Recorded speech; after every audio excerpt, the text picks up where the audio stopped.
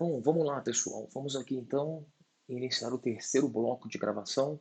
Falávamos do parágrafo terceiro do artigo 4º que diz sobre o teletrabalho. Vimos aí então a questão da responsabilidade já no final do bloco passado e agora caminhamos para o parágrafo 4º. O parágrafo 4º, meus amigos, ele trata de uma espécie de comodato. Espécie não, ele trata de comodato dessa infraestrutura, dos equipamentos que compõem essa estrutura necessária para o desenvolvimento do teletrabalho. E o que a medida provisória prevê? Fala muito simples. São duas situações aqui no artigo 4º. A primeira, quando o empregador fornece os equipamentos. E a segunda, quando o empregador não fornece os equipamentos, possivelmente porque ele não possui esses equipamentos. Imagina só colocar lá 500 trabalhadores em teletrabalho. Muitas vezes o empregador não vai ter ali, de maneira urgente, 500 computadores. É praticamente impossível que ele arrume isso, né? E então o parágrafo 4º ele vai dizer o seguinte: na hipótese de um empregado não possuir os equipamentos tecnológicos e a infraestrutura necessária e adequada à prestação do trabalho remoto e do trabalho à distância. Nós acabamos de falar quando vimos o parágrafo terceiro. Se o empregado não possui nada, ele vai ter que ter uma despesa com isso. E nesse caso, ele não pode arcar essa despesa. O que o dispositivo diz? Que o empregador vai firmar com o empregado um ajuste chamado de comodato. Você se lembra lá do direito civil, né? Comodato é um empréstimo de bens infungíveis, ao contrário do mútuo, que é o empréstimo de bens fungíveis. O inciso 1 ele diz isso. O empregador poderá fornecer os equipamentos em regime de comodato e pagar por serviços de infraestrutura, que não caracterização verba de natureza salarial. É claro, né? É para o trabalho, não pelo trabalho, não tem natureza contraprestativa e por isso, então, realmente não tem natureza salarial. Mas o inciso 2, sabendo que nem todos os empregadores vão possuir essa infraestrutura do dia para a noite, vai dizer o seguinte: olha, empregador, se você não tiver condições de emprestar esse equipamento para o empregado vai ficar à sua disposição em casa. E vocês sabem muito bem que tempo à disposição é um tempo que deve ser remunerado, tá? É um tempo que deve ser pago pelo empregador, conforme o artigo 4º da CLT. Lembre-se o seguinte, pessoal: todas as vezes que a medida provisória não tratar de algum tema, vamos aplicar a CLT. Embora a medida provisória não tenha alterado nada, nenhuma vírgula da CLT, a CLT se aplica aqui, tá bom? De maneira subsidiária ou supletiva, a diferença agora não vem ao caso, tá bom? Então tá aí, essas duas hipóteses de regime ou de teletrabalho ou, ou de possibilidade de comodato ou não. Já o parágrafo 5º, ele trata de uso de aplicativos. Esse tema gerou uma balbúrdia aí uns tempos atrás, uma bagunça, né? Porque circulou um vídeo na internet dizendo uma coisa, enfim, que não era muito aquilo que parecia ser, mas vamos lá, o que diz o parágrafo 5º? Vocês vão ver que ele casa com a lógica. Lembre o seguinte, pessoal, para vocês entenderem esse parágrafo 5º, vocês têm que lembrar que aquele que está em teletrabalho não se submete ao regime de duração do trabalho, mesmo que ele se submetesse quando trabalhava presencialmente, tá? Ele só vai se submeter ao regime de duração do trabalho quando o empregador efetivamente controlar a sua jornada. O que isso quer dizer?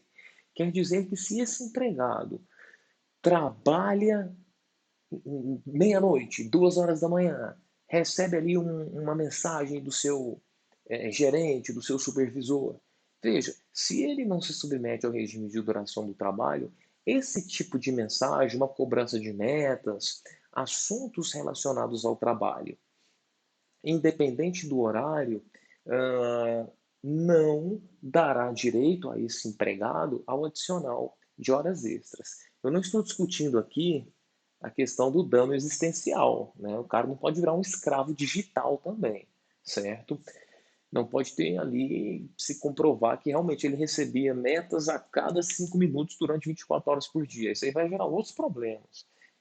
O foco aqui é discussão quanto a horas extras, adicional por horas extras. Como ele não se submete ao regime de duração do trabalho, porque ele não tem a sua jornada controlada, nessa lógica, e aí a MP está sendo bem coerente, ela diz, olha, se ele não se submete ao regime de controle de jornada, se ele usar o aplicativo para trabalhar fora da jornada de trabalho normal, e aqui ficou até incongruente, porque ele não tem jornada de trabalho normal, ele está em teletrabalho.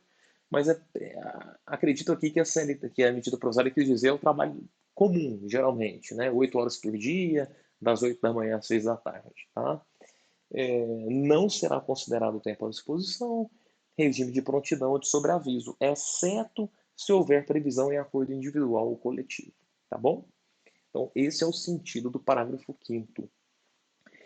E o artigo 5º, também tratando de teletrabalho, tem a seguinte redação: fica permitida a adoção de regime de teletrabalho, trabalho remoto ou trabalho à distância para estagiários e aprendizes, nos termos do disposto neste capítulo. Esse pessoal que move o mundo, os estagiários, né? Brincadeiras à parte, pessoal, eis um ponto aqui de diferença lá da CLT. Dificilmente os objetivos e os escopos do estágio e da aprendizagem seriam alcançados em regime de teletrabalho. Então, em regra, não se pode colocar o estagiário e o aprendiz em regime de teletrabalho. Eu não vejo problemas em colocar um período, o trabalho à distância, mas teletrabalho, aquele que preponderantemente se dará fora do estabelecimento das dependências do empregador, eu já acho complicado, tá? Mas aqui, em razão da situação de urgência, foi admitida essa excepcionalidade, tá bom? Bom, prosseguindo, pessoal, aí eu listei para vocês as 8 diferenças que eu consegui identificar, eu e o meu amigo André Pessoa, que nós escrevemos, um grande abraço ao André, escrevemos um artigo sobre o teletrabalho e suas peculiaridades na medida provisória. Fizemos um comparativo entre CLT e medida provisória. E aí nós identificamos pelo menos, pode ser que tenha passado batido alguma, mas eu acredito que não, 8 diferenças entre o regime seletista do teletrabalho e o regime jurídico trazido pela CLT. Pois bem, o primeiro ponto que nós identificamos foi exatamente essa questão do prazo de comunicação ao empregado. Recapitulando, lá na CLT não existe prazo para que o empregado seja colocado no regime de teletrabalho. Por que que não? Porque lá depende da sua anuência. Já para que ele seja, para que seu regime de trabalho seja alterado do teletrabalho para o presencial, a CLT estabelece um prazo de 15 dias. Aqui, o prazo ficou de 48 horas. Prazo de 48 horas, independentemente se é do presencial para o teletrabalho ou do teletrabalho para o presencial. 2.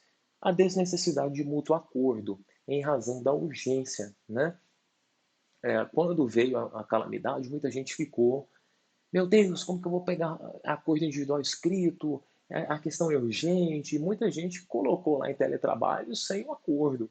Né? Veremos qual a consequência disso. O fato é que a medida provisória tornou prescindível esse mútuo acordo, até porque não depende da anuência do empregado. Esse ajuste se dará, na verdade, nem é um ajuste, a medida provisória fala a critério do empregador.